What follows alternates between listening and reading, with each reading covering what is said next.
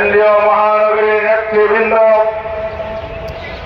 সম্মানিত ওলামায়ে কেরাম, সাংবাদিক বন্ধুগণ, চট্টগ্রামের আমার প্রিয় চট্টগ্রামের সর্বস্তরের জনসাধারণ, আজকের এই সমাবেশে চট্টগ্রাম নগরীর অলিতে গলিতে একটি স্লোগান উচ্চারিত হয়েছে। চট্টগ্রামের বিপ্লবী প্রতিবাদী মাটি প্রকম্পিত হয়েছে আজ। সেই স্লোগান হচ্ছে মজলুম জননেতা আজহারুল ইসলামের মুক্তি চাই। আজকে শুধু চট্টগ্রাম নয়, আজকে গোটা বাংলাদেশের মানুষ বসে রয়েছে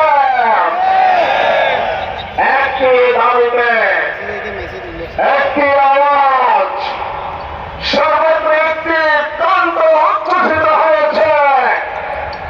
সেটা হচ্ছে আজকে কবি নজরুলের যে কবিতা, শিল্পীর কণ্ঠে শুনেছেন,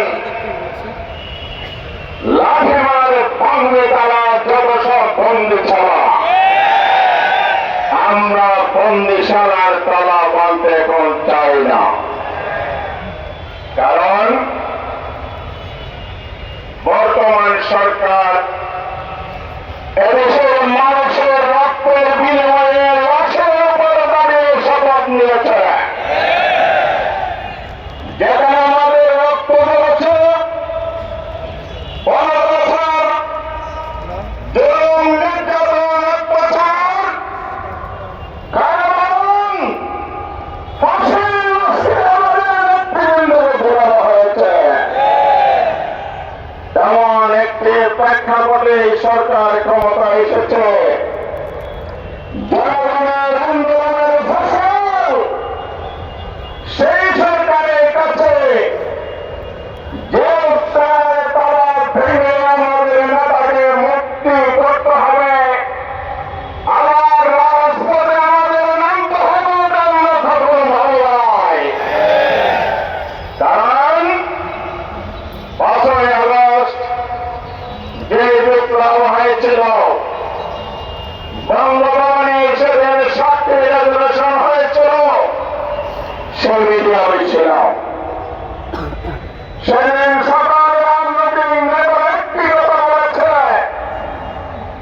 এই আওয়ামী ফ্যাসিবাদের আমলে যত গাড়ি মিথ্যা মামলা হয়েছে, সকল মামলার আসামিদেরকে নিঃশর্ত মুক্তি দিতে হবে। সেই আদেশের ভিত্তিতে প্রেসিডেন্ট নির্দেশ জারি করেছিলেন বলেই বাংলাদেশের সাবেক প্রধানমন্ত্রী বেগম খালেদা জিয়া সহ অসংখ্য রাজবন্দী মুক্তি পেয়েছিলেন। যে মুক্তির মূল ভিত্তি ছিল আমি ফ্যাসিস্টরা